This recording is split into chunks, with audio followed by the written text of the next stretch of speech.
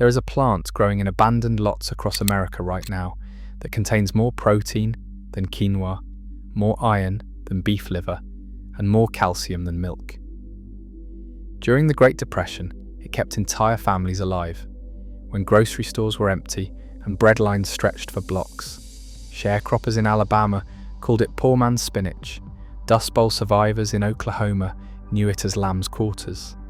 Children in Detroit's slums foraged it from vacant lots while their parents searched for work that no longer existed. It was free food in a time when free meant survival. Then industrial agriculture declared war on it. They created chemicals specifically designed to kill it. They convinced homeowners it was ugly. They taught farmers it would destroy their crops. They spent billions ensuring you would never learn its name. Today, that same plant that saved millions during America's darkest decade is classified as one of the most problematic weeds in North America. The herbicide industry makes $400 million annually selling products to kill what once fed the hungry. This is not about a plant. This is about erasing abundance. Welcome to Lost Plant Remedies. October 1929. Black. Tuesday hits Wall Street like a sledgehammer. Within weeks, 13 million Americans are unemployed. Banks close, factories shutter, farms foreclose. By 1932, 1 in 4 working Americans has no job and no prospects. But something else was happening in the abandoned lots. The fallow fields, the forgotten corners where industrial agriculture had not yet planted its monocultures. Wild greens were growing, thick patches of emerald leaves with silvery undersides, reaching toward the sun.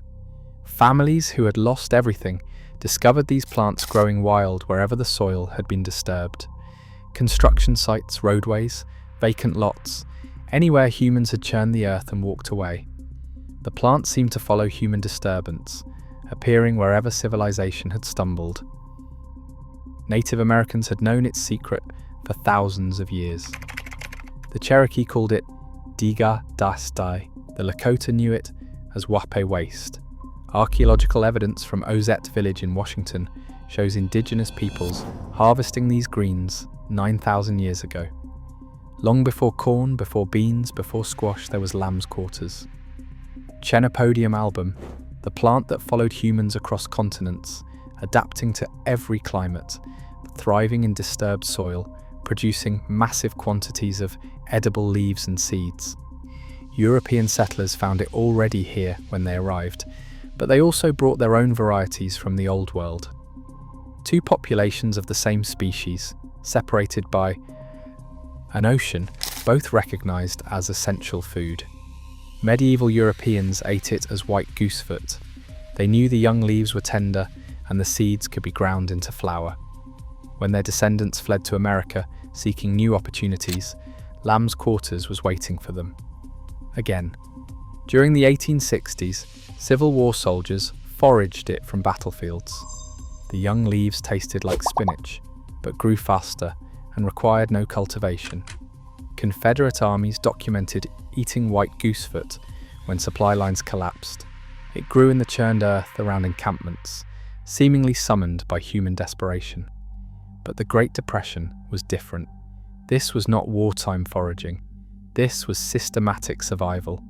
Families in rural Kentucky collected garbage bags full of lamb's quarters every morning. Before the sun made the leaves tough, they sautéed it with bacon grease when they had it, or boiled it in water when they did not. Mothers in Cleveland sent children to collect the tender tips from empty lots. They mixed it with whatever vegetables they could grow or afford. Social workers documented families eating lamb's quarters daily for months at a time, not because they wanted to, because they had to. But something remarkable happened. Those families reported feeling stronger, not weaker. Their children were not malnourished, despite the poverty. Folk wisdom said the wild greens were more nourishing than store-bought vegetables. In 1976, scientists finally tested that folk wisdom. Dr. Bruce Berger at the University of Wisconsin analysed the nutritional content of lamb's quarters compared to cultivated vegetables. The results seemed impossible. Lamb's quarters contained 37% protein by dry weight, while spinach contained 28%. The protein quality was superior as well. Lamb's quarters provided all essential amino acids in ratios comparable to animal protein. The iron content was staggering, 3.7 milligrams per 100 grams of fresh leaves. Spinach contained 2.7 milligrams. Beef liver, the gold standard for iron, contained 6.5 milligrams. Lamb's quarters was delivering more than half the iron of organ meat, while growing wild in vacant lots. The calcium levels broke every assumption about plant nutrition. 430 milligrams per 100 grams. Milk contains 120 milligrams. Lamb's quarters provided 3.5 times more calcium than dairy, while requiring no cows, no processing, no refrigeration. The vitamin A content exceeded carrots. The vitamin C levels rivaled citrus fruits. The potassium concentrations surpassed bananas. But the most shocking discovery was the omega-3 fatty acid content. Land plants rarely produce significant omega-3s. Lamb's quarters contained 400 milligrams per 100 grams of fresh leaves, more than most fish. Depression-era families eating it daily were getting complete nutrition from something they pulled out of the ground for free. Berger published his findings in the Journal of Food Science. Other researchers confirmed the results. Study after study showed that lamb's quarters was nutritionally superior to most cultivated vegetables in every major category. So why was it not being cultivated? Why were seed companies not developing improved varieties? Why were agricultural universities not teaching farmers to grow the most nutritious green on earth? The answer reveals everything about who controls the food system. Lamb's quarters cannot be controlled. It is an annual that reseeds itself aggressively. One plant produces up to 100,000 seeds. Those seeds can remain viable in soil for decades.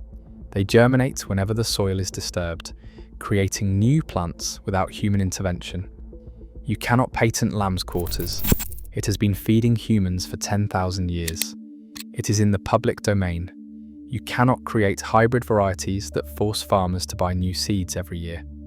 You cannot genetically modify it to accept herbicides because it already tolerates most environmental stresses naturally. You cannot charge licensing fees for something that grows wild everywhere humans live. But here is what you can do. You can declare it a weed. You can convince everyone it is worthless. You can create herbicides specifically engineered to kill it, and then sell those chemicals to every farmer and homeowner in America. In 1945, the chemical industry pivoted from manufacturing explosives for World War II to manufacturing pesticides for agriculture.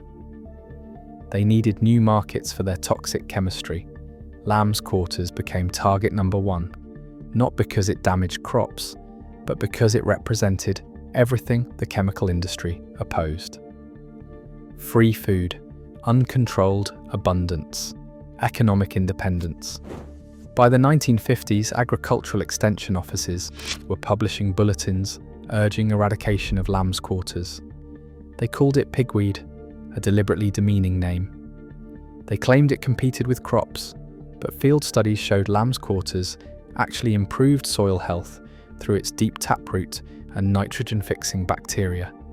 They said it harbored pests, but research revealed it attracted beneficial insects that controlled actual agricultural pests.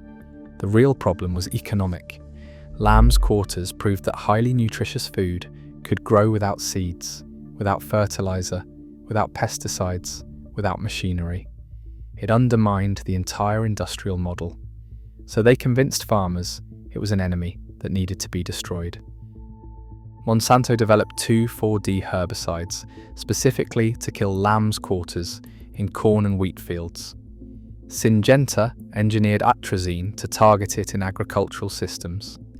Bayer created glyphosate formulations that promised complete lamb's quarters control. Chemical companies spent millions on research and development, not to improve food production, but to eliminate the most nutritious wild food in North America. They succeeded.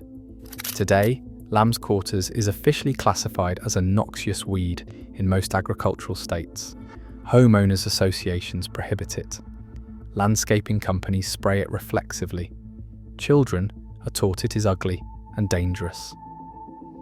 The plant that saved millions during the Depression is now poisoned wherever it appears. But lamb's quarters refuses to disappear.